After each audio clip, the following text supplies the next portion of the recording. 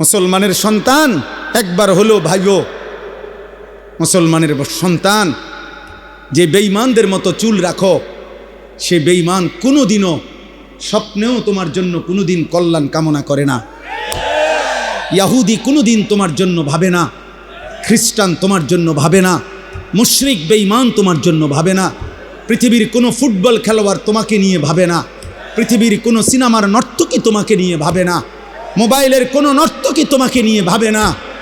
অতএব তোমাকে নিয়ে ভেবেছেন যিনি, তোমাকে নিয়ে কেঁদেছেন যিনি, তোমার আখিরাতের মুক্তি চেয়েছেন যিনি, তোমার জন্য রাত্র দিন চোখের পানি ফেলছেন যিনি, তোমার জন্য সারা রাত চোখের পানি ফেলে কেঁদেছেন যিনি, তিনি মদিনার বন্ধু রাসূলুল্লাহ সাল্লাল্লাহু আলাইহি ওয়াসাল্লাম। তাকে কেমনে ছেড়ে দিলা, তাকে কেমনে ছেড়ে দিলা? 10 বছরও একবারও কোনোদিন জিজ্ঞাসা করলা না যে আমার রাসূল সাল্লাল্লাহু আলাইহি সাল্লাম কেমনে চুল রাখতেন? 10 বছরও মুসলমান একবার জিজ্ঞাসা করলা না যে নবীজির সাহাবারা কিভাবে চুল রাখতেন? আহা, কত বেঈমানের মতো তোমরা চুল কাটো। দোস্ত আমার, এটা নিয়ম। কোনো মানুষের দিলের হালাত তার বাহ্যিক আকৃতি চেহারা দেখে বোঝা যায়। মানুষ চেহারার দিকে তাকাইয়াই বলে ভাই আপনার কি মন খারাপ?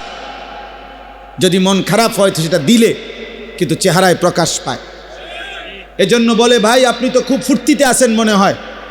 মনে খুব ফুর্তি নাকি? চেহারার মধ্যেই প্রকাশ পায় অন্তরের ফুর্তি। ঠিক তেমনিভাবে চেহারার এই আকৃতি, খোদার কসম, এটা প্রমাণ করে তোমার হৃদয়ের হালাত। অতএব চুল যার বেঈমানের মতো, চেহারা যার মুশরিকের মতো, চলাফেরা যার বেঈমানের মতো, তো তোমার কলিজার ভিতরে আল্লাহ এবং তার রসুল আছে নাকি ইহুদি আর খ্রিস্টান বেঈমান আছে, এ কথা স্পষ্ট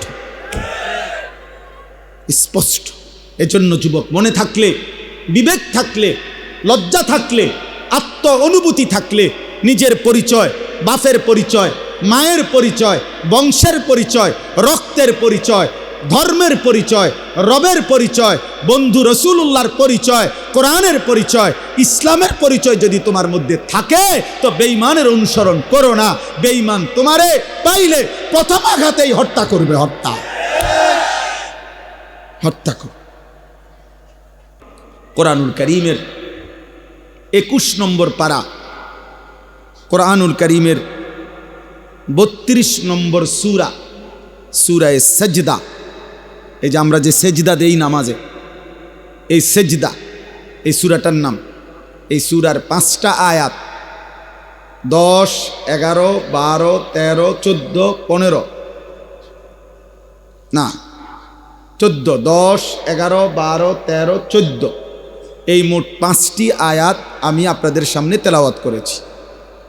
এই আর অল্প একটু সময় ইনশাআল্লাহ। আমার মূলত বয়ান করার কথা ছিল মাগরিব বাদ। আমার ব্যক্তিগত সমস্যার কারণে আমি আব্দুল কুদ্দুস ভাইকে বলছিলাম এশার নামাজের পরে বয়ান করব। অল্প একটু সময় আমি আপনাদের সামনে এই 5টা আয়াতের সংক্ষিপ্ত একটু কথা পেশ করতে চাই। তাফসিরুল কোরআন মাহফিলের একটা বড় বৈশিষ্ট্য কোরআনুল কারীমের তাফসির, কোরআনুল কারীমের তাফসির হওয়া। কোরআনুল কারীমের তাফসিরের ক্ষেত্রে লক্ষণীয় বিষয় হলো প্রত্যেকটা বিবেকবান মুসলমানের লক্ষ্য রাখতে হবে যিনি কোরআনুল কারীমের তাফসির করছেন তার কথার মধ্যে, তাফসিরের মধ্যে 6টি জিনিস থেকে কথা থাকতে হবে। তাফসিরুল কোরআন হইতে হবে। কোরআনুল কারীমের প্রথম তাফসির করতে হবে কোরআনেরই ভিন্ন কোনো আয়াত দ্বারা। আমি এই আয়াতের তাফসির করবেন তো কোরআনের অন্য আয়াত দ্বারা। কোরআনুল কারীমের দ্বিতীয় তাফসির হবে রাসূলুল্লাহ সাল্লাল্লাহু আলাইহি ওয়াসাল্লামের কথা, কাজ, বক্তব্যের দ্বারা। কোরআনুল কারীমের তৃতীয় তাফসির হবে সাহাবায়ে কেরামের বক্তব্যের দ্বারা। কোরআনুল কারীমের চতুর্থ তাফসির হবে সাহাবাদেরকে যারা ঈমানের সাথে দেখছেন, সাহাবাদের থেকে দ্বীন শিখছেন যারা তাবিঈন, তাদের বক্তব্যের দ্বারা। কোরআনুল কারীমের পঞ্চম তাফসির হতে হবে আরবি ভাষায়, বিশুদ্ধ আরবি ভাষায় এই শব্দ যেই অর্থে ব্যবহৃত হয় ওই ব্যবহারের আলোকে। কোরআনুল কারীমের ষষ্ঠ তাফসির হইতে হবে। যিনি বলতেছেন তিনি পূর্ণ ঈমান আমল তাকওয়া সহ সুস্থ পক্ষপাত মুক্ত আকলে সালিম সুস্থ সুন্দর স্বাভাবিক আমল আখলাকওয়ালা আকলের অধিকারী কিনা সেটা লক্ষ্য করা। বুঝেন নাই কথা? আকলে সালিম হওয়া। এই জন্য পৃথিবীতে এই 6টি মূল সূত্র থেকে বিচ্ছিন্ন কথা যত সুন্দরী হোক, জাকজমকই হোক, যত চমৎকারী হোক, সেটা তাফসিরুল কোরআন হতে পারে না। তাফসিরুল কোরআন হইতে পারে না। ব্যক্তিগত কথা, নিজস্ব চেতনা, পূর্বসূরীরা কে কি বলছেন এত কিছুর দরকার নাই। আমি বুঝছি এইটা, আমার মত এইটা। এই কথার উপরে রাসূলুল্লাহ সাল্লাল্লাহু আলাইহি সাল্লামের কথা, সাহাবাদের কথা, তাবিঈনের কথা, আরবি ভাষার বিশুদ্ধ রীতির কোনো কথা এগুলো নাই। এগুলো বাদ দাও। আমি যেটা বলছি এটা আমি কি কম বুঝি নাকি? না, আপনি কিচ্ছুই বোঝেন না। আপনি গোড়ার ডিম বোঝেন, আপনি গোড়ার ঘাস বোঝেন, আপনি কিছুই বুঝেন না। আপনি যদি বুঝতেন তো এটা বুঝতেন যে পূর্ববর্তীদের বক্তব্যের আলোকে, রাসূলুল্লাহ সাল্লাল্লাহু আলাইহি সাল্লামের আলোকে আপনার ব্যাখ্যা করা উচিত ছিল। এজন্য কোরআনুল কারীমের মধ্যে আল্লাহ তাআলা বলছেন, হে বন্ধু আমার, নবী আমার, কোরআনুল কারীমের অক্ষর হুবহু এভাবে নাজিল করেছি, হুবহু শতভাগ নিখুঁত মুখস্থ রাখা আপনার অন্তরে, এটা আমি আল্লাহর দায়িত্ব। আপনি যখনই পড়তে চাইবেন, আপনার উম্মতের সামনে পড়তে পারা, আপনার এই যোগ্যতা, এই তৌফিক আমি আল্লাহর দায়িত্ব। যখনই আপনি ব্যাখ্যা করতে চাইবেন, আমি আল্লাহ কি বুঝাইতে চাইছি, এটা যদি আপনি বিশ্লেষণ করতে যান, সেই বিশ্লেষণটাও বলে দেওয়া আমি আল্লাহর দায়িত্ব। এটা আমার জিম্মাদার। লা তুহাররিক বিহি লিসানাকা লিতা'জারা বিহি ইন্না আলাইনা জামআহু ওয়া কুরআনা। আল্লাহ বলেন আপনার অন্তরে কোরআন হুবহু বসিয়ে দেওয়া, মুখস্থ করিয়ে দেওয়া, আপনার জবান দিয়ে যতবার ইচ্ছা আপনার উম্মতের সামনে পড়িয়ে দেওয়া, পড়ার তৌফিক। এর একটু পরে আছে সুম্মা ইন্না আলাইনা বায়ানা। এই বায়ানা মানে অর্থ হলো, বায়ান মানে হলো ব্যাখ্যা, তাফসির। অতঃপর এই আয়াতগুলোর তাফসির, ব্যাখ্যা, বিশ্লেষণ বলে দেওয়া, তিনটাই আমি রব আমার নিজ হাতে নিলাম। সুবহানাল্লাহ, সুবহানাল্লাহ। এই জন্য রাসূলুল্লাহ সাল্লাল্লাহু আলাইহি সাল্লামের প্রতি শব্দ, প্রতি উচ্চারণ, প্রতি বাক্য সব কিছু রব কর্তৃক, আল্লাহ কর্তৃক নিয়ন্ত্রিত। তিনি যখন হাসতেন তো ঠিক কতটুকু হাসবেন এটা আল্লাহ তাআলা নবী সাল্লাল্লাহু আলাইহি সাল্লামকে সাজিয়ে দিয়েছে। তিনি যখন কাঁদতেন তো কতটুকু পরিমাণ কাঁদবেন, কি চিৎকার দিয়া কাঁদবেন, না লাফাইয়া কাঁদবেন, না গৈরাইয়া কাঁদবেন, তা আল্লাহ তাআলা বলেন, বন্ধু আপনার হাসি, আপনার কান্না, আপনার হাঁটা, আপনার চলা, আপনার উঠা, আপনার বসা, আপনার আচরণ, আপনার উচ্চারণ, আপনার রাত, আপনার দিন, আপনার সকাল, আপনার দুপুর, আপনার ঘর, আপনার সংসার, আপনার বাজার, আপনার ব্যবসা, আপনার একাকিত্ব জীবন, আপনার সকলের মাঝে জীবন, স্ত্রীর সাথে আখলাক, সন্তানের সাথে আখলাক, মানুষের সাথে আখলাক, রাষ্ট্র পরিচালনার নীতি, সব আমি আল্লাহ একটা একটা করে ঠিক করে দিয়েছি। আমি নবী সাল্লাল্লাহু আলাইহি সাল্লাম বাথরুমে বাম পা দিয়ে ঢুকতেন কেমনে? কেন? সাহাবায়ে কেরাম বুদ্ধি দিছে এই জন্য। ডান পাও দিয়া বের হইতেন কেন? ওই কয়েকজনের তুই জিগাইল হইছে কোন পাও দিয়া বাইর হইলে ভালো হয়, এরপরে নাকি? না না, আল্লাহ ফয়সালা দিছে, আল্লাহ ফয়সালা দিছে। ওয়া ইন্নাকা লা আলা খুলুকিন আযীম। আল্লাহ কসম করে বলেছেন, বন্ধু আমার, দোস্ত আমার, আমি আল্লাহ কসম করে বলছি, আপনাকেই আমি আল্লাহ তাআলা চরিত্রের সম্পূর্ণ সর্বোচ্চ আখলাকের নীতি, নৈতিকতা, চরিত্র, ব্যবহার, আখলাক, উত্তম আচরণ বলতে যা বুঝায় সব কিছুর সর্বোচ্চ মাত্রা, পূর্ণ শিখর আমি আপনাকে দিয়েই, সর্বোচ্চ পূর্ণাঙ্গ চরিত্র আখলাক দিয়েই সাজিয়ে আমি আল্লাহ আপনাকে পাঠিয়েছি। আচে খুবা হামা দারান তু তনহা দার। আল্লামা ইকবাল এই জন্য বলছে, হে নবী মুহাম্মদ, ১৬ লক্ষ নবী এবং রসুলের যত গুণ, যত সিফাত, সব নবীর মোজেজা আদম থেকে ঈসা আপনার একার মাঝে যদি তালাশ করি, আছে খুবা হামা দারন্দ তু তনহা দারি, আপনি একাই সব, আপনি একাই সব। আপনার হাসিও সেরা, আপনার কান্নাও সেরা, আপনার সব সুন্দর, সব সুন্দর, সব সুন্দর, সব সুন্দর। আপনার পরে কোনো কিছুতে, কোনো কিছুর জন্য একটা সুতার বুদ্ধি, এক সুতা, একটা কথা, নতুন বুদ্ধি, নতুন পরামর্শ, নতুন কোনো পদ্ধতি বলার জন্য আল্লাহ বলছে, বন্ধু আর কোনো দরকার নাই।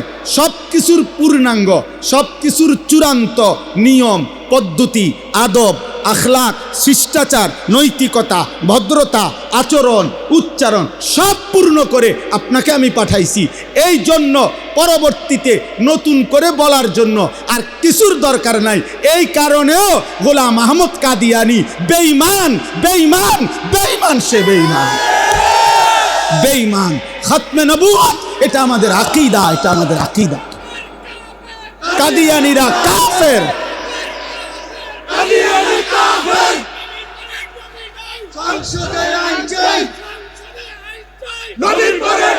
এটা নিশ্চিত, এটা মনে রাখ। তুই গোলাম আহমদ কাদিয়ানী ভণ্ড, বেঈমান, মুশরিক, মুনাফিক, এই দালাল, ইংরেজের দালাল ছিল এই দালাল। এই দালাল, তোর দরকার কি? তুই কিত্তে আইছো তেনে? তোর দরকার কি? তোরে কোন বাদামে কইছে আইতি? তুই কি দরকার? আমার কি জন্য তোরে লাগবে?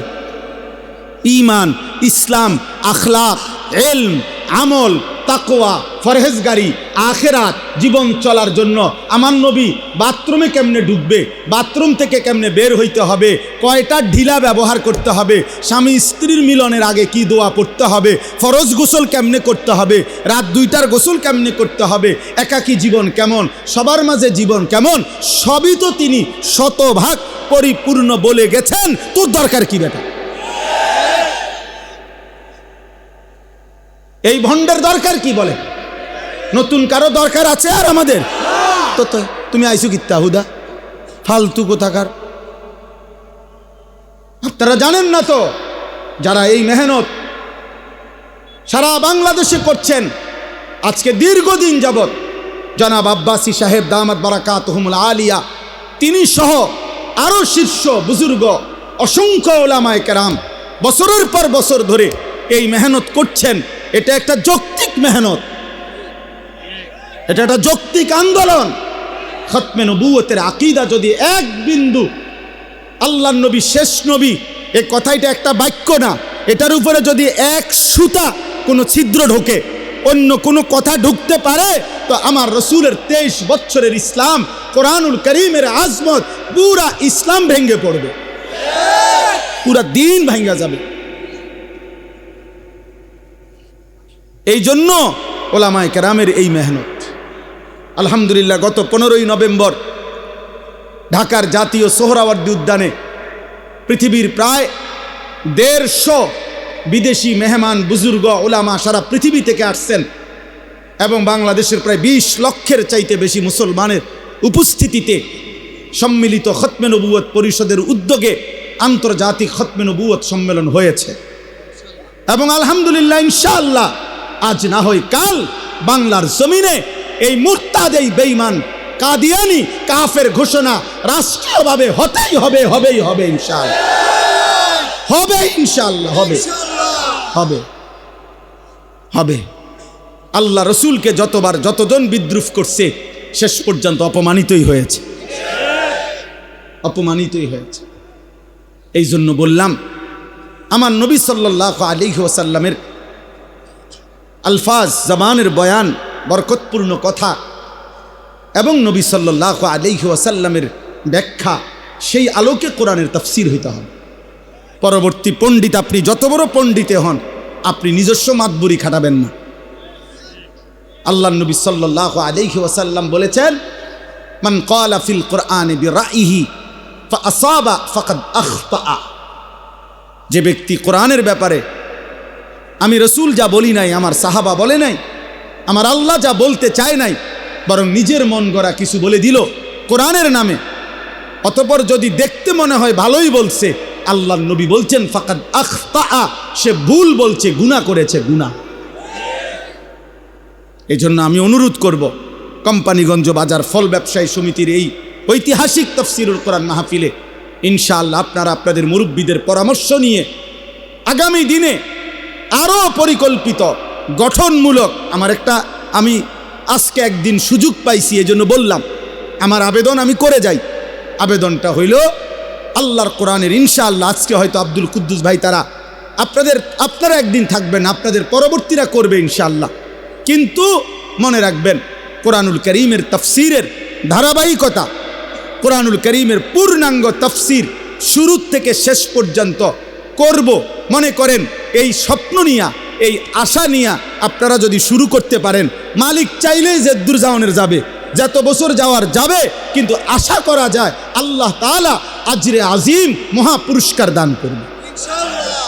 এই জন্য আমি আবেদন করলাম, আপনারা দয়া করে ফিকির করেন যে ইনশাআল্লাহ আমরা এই 2 দিন ব্যাপী তাফসীরুল কোরআন মাহফিলের যতজন বক্তা আলোচনা করবেন, তো ইনশাআল্লাহ ইচ্ছে করলে কোরআনুল কারীম থেকে নির্ধারিত আয়াত ধারাবাহিকভাবে বলা সম্ভব।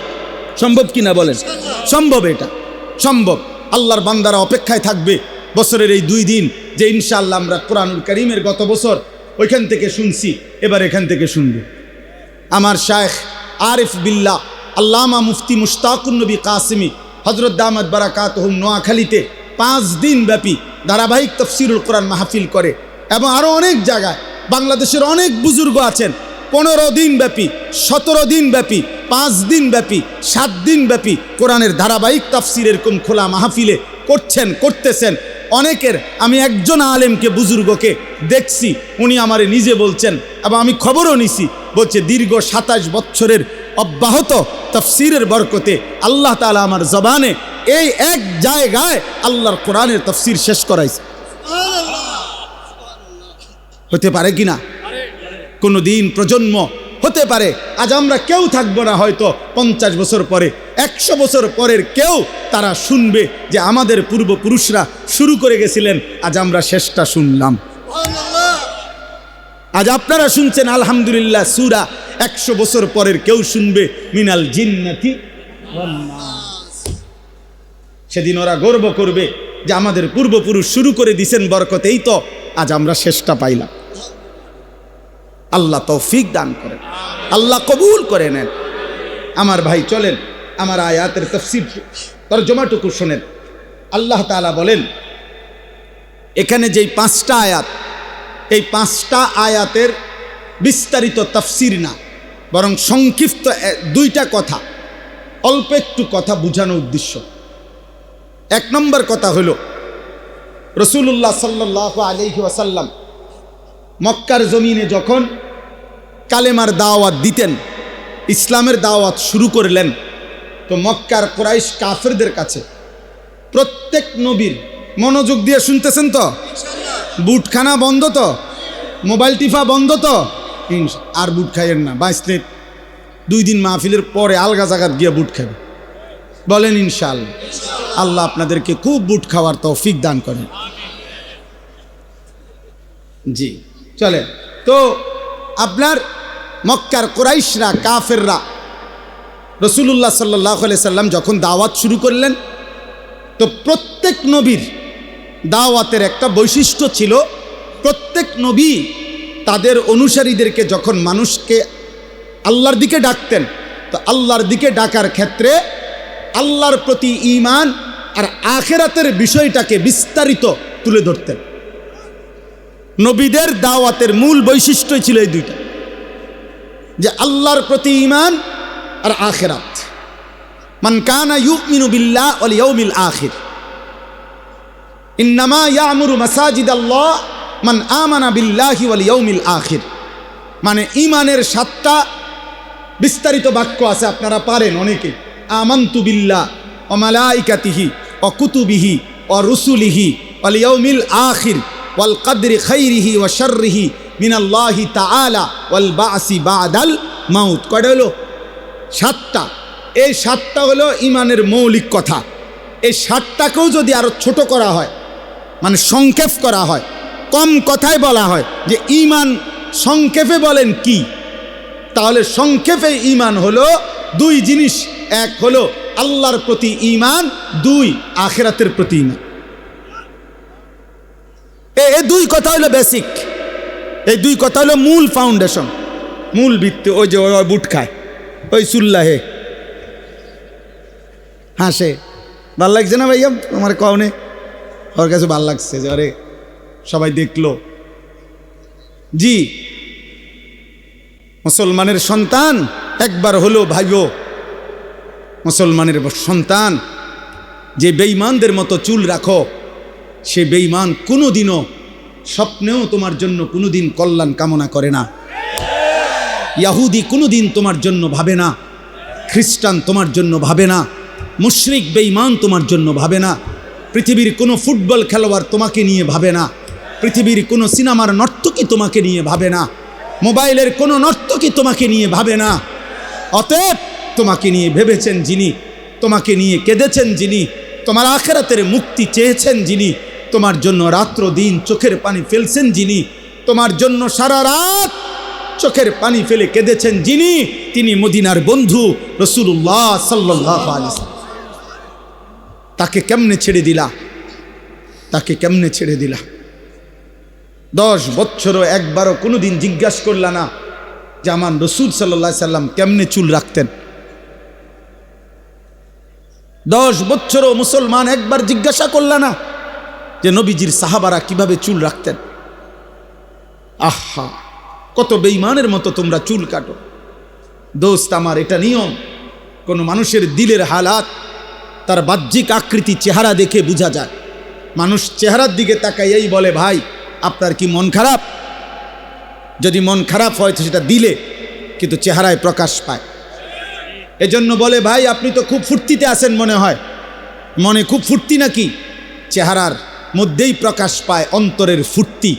ঠিক তেমনিভাবে চেহারার এই আকৃতি, খোদার কসম, এটা প্রমাণ করে তোমার হৃদয়ের হালাত। অতএব চুল যার বেঈমানের মতো, চেহারা যার মুশরিকের মতো, চলাফেরা যার বেঈমানের মতো, তো তোমার কলিজার ভিতরে আল্লাহ এবং তার রসুল আছে নাকি ইহুদি আর খ্রিস্টান বেঈমান আছে, এ কথা স্পষ্ট স্পষ্ট। এজন্য যুবক, মনে থাকলে, বিবেক থাকলে, লজ্জা থাকলে, আত্ম অনুভূতি থাকলে, নিজের পরিচয়, বাপের পরিচয়, মায়ের পরিচয়, বংশের পরিচয়, রক্তের পরিচয়, ধর্মের পরিচয়, রবের পরিচয়, বন্ধু রাসূলুল্লাহর পরিচয়, কোরআনের পরিচয়, ইসলামের পরিচয় যদি তোমার মধ্যে থাকে তো বেঈমানের অনুসরণ করো না। বেঈমান তোমারে পাইলে প্রথম আঘাতেই হত্যা করবে। হত্যা করবে। তুমি শুধু বইলো যে আমি শুধু পরিচয়ে মুসলমান, কিন্তু আমার চুল, চেহারা, লেবাস, পোশাক আপনাদের মতো 30 বছর ধরে কোনোদিন আমি মুসলমানের লেবাস পোশাকে ধারি নাই। এরপরেও আল্লাহর কসম, কাফের বেঈমান সুযোগ পাইলে প্রথম মিসাইল আর বোমার আঘাতে তোমারে উড়াইয়া ফেলবে, উড়াইয়া ফেলবে।